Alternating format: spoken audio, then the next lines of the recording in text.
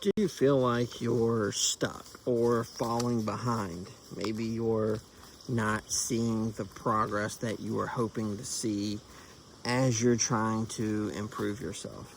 I'm hoping today we will see that we are not quite as far behind as maybe we might think. The truth is that real improvement in any area of life is a slow process. It takes time to improve, and we need to find ways to be comforted or encouraged even when it feels like nothing is happening.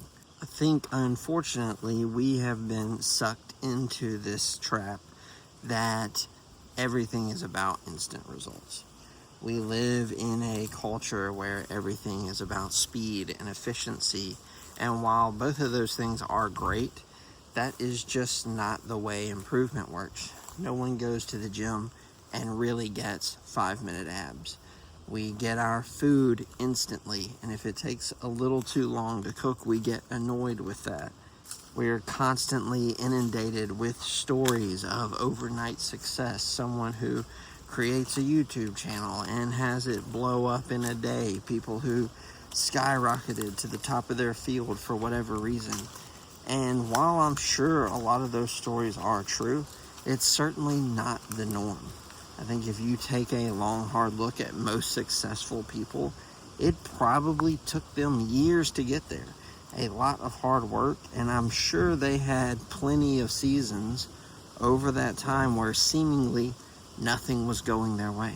I would say that not only is slow growth normal, I think it's preferable. I think quick growth can be dangerous if we're not careful. The truth is that most growth in life is so slow that we cannot even see it. It's why so many people start going to the gym and quit. They don't see the results, even though they're most assuredly happening.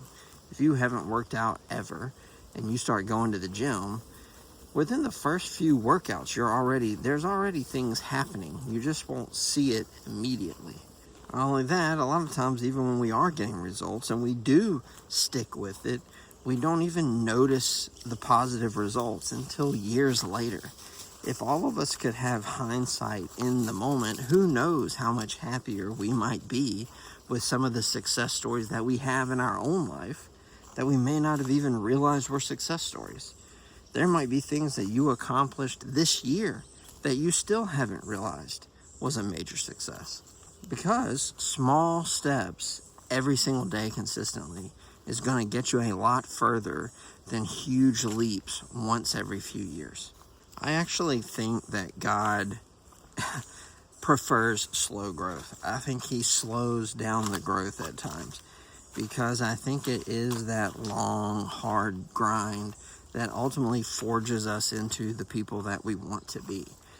You know, if everything came instantly, how much harder would it be to have gratitude, to be thankful for the things that you've done, to really appreciate the work that you put in? So I think that there's some beauty in slow growth if we can stick with it long enough to actually see that it's happening and then be able to look back and actually recognize where we are and where we came from. And not only do I think that's true, I actually think fast growth is actually risky, and I think it's dangerous, and I think a lot of people can't handle growing very quickly. Most successful people have built themselves up over many years. And if you grow too fast without the proper growth, a lot of times you end up on a foundation that is shaky. You end up in spots where you don't know everything that you should. You don't have the wisdom or the experience to be able to overcome struggles when you get there.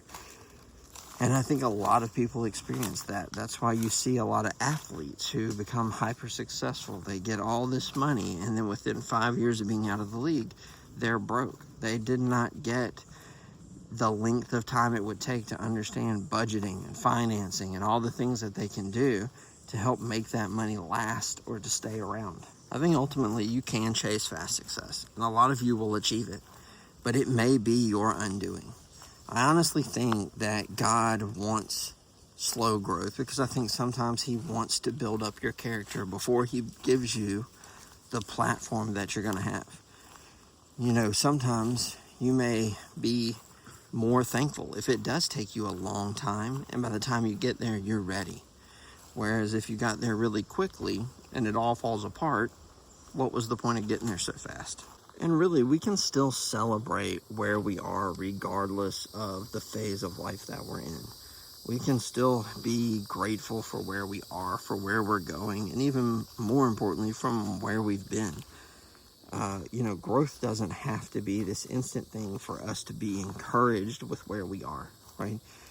It's the same thing with most things in life. You know, if we can slow down, we can see and understand the progress that we're making, you can find joy in that progress without needing to have reached the mountaintop, so to say.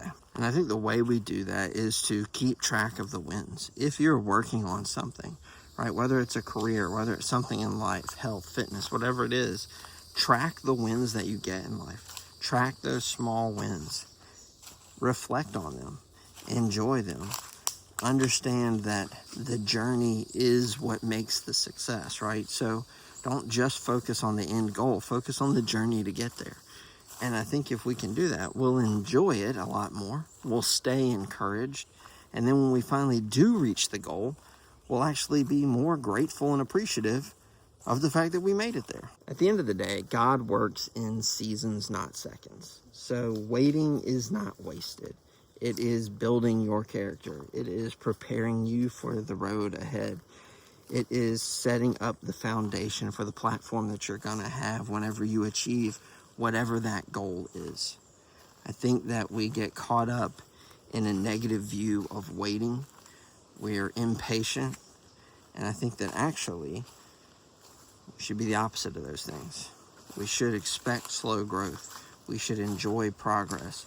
We should find just as much enjoyment in the journey as we do the destination. So whatever you're doing in life, don't give up because you don't feel like you're where you should be.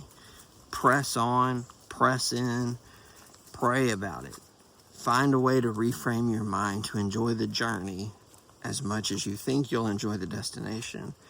And I think if we can do that, it will be a lot easier for us to just keep going, right? Just to keep trudging down the path.